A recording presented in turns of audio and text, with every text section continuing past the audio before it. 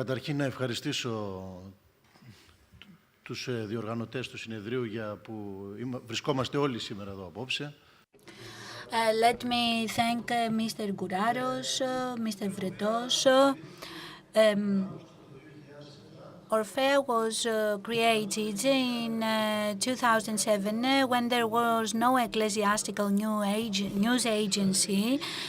Some people tried to do that, but they were unsuccessful.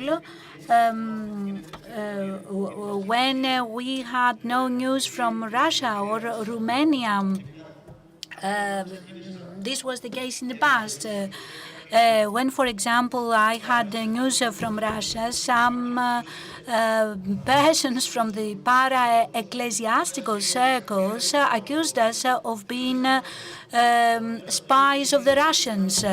And I say that because some people are really very conservative. And we have 24-hour news. We are really trying, and all our friends know that with the sites, etc. If you don't work 24 hours over 24 hours, then no work comes out of it. My wife has not slept with me for 7 years. She goes to work when I go to bed.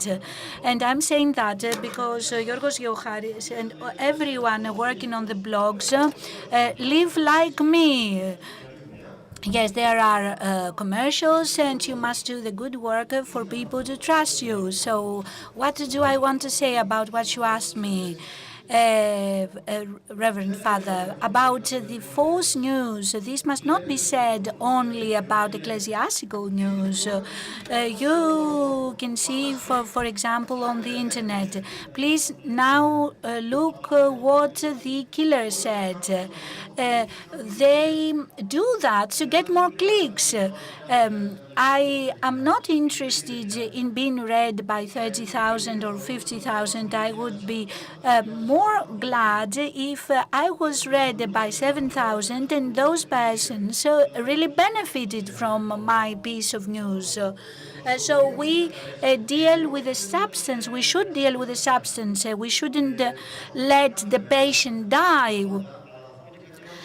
And let me also say something else about to Reverend Father Georgios, because I have learned not to hide my words. Dimitrios Rizoulis is more radical, of course, but there are things that we can't hide, but we cannot also create scandals to surprise people. Sometimes you create a scandal without knowing it, but some people do not want to cauterize, to attack what really happens in our world. In our world, there are persons serving specific interests to be elected in the future or to get a metropolitan higher ranking. But we can't accuse the others or the devil, because sometimes it is us to blame. So on my part, I would like the ecclesiastical news to continue on the internet, because thus you can find out what happens in the world. You can find out what happens in the archbishopry of Alexandria. So I like the ecumenical character of information. Ecumenical, this is very important, and we shouldn't put any labels that that person belongs to the Church of Russia and that to the Patriarchate of Istanbul. The Church is one. If, for example, one despot does not speak with the other, then you shouldn't put this piece of news. But a journalist should not function like this. We are obliged to inform. We should serve information. And each one of us must understand their role. Some people are related to the spiritual function within the church. Others are journalists within the church. And people can learn, can find out what is happening through the internet using their smartphones, etc. So let me also say something that I had mentioned in one of my broadcasts. For those that refer to paid journalists, paid news agencies, I would like to inform you that we could make a list of those that pay for those websites and thus find out who pays patriarchate or not. So those, if you make this investigation, you will see that we are not in the payroll of any patriarchate, etc.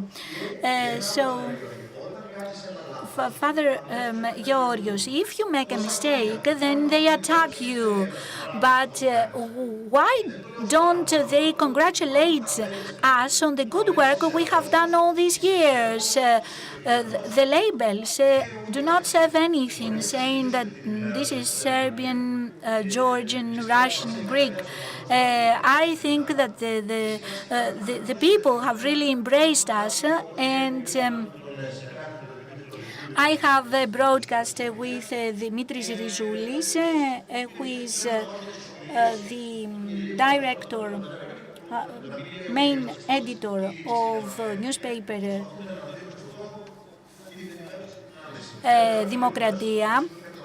Democracy, and we also had a personal discussion outside this room, but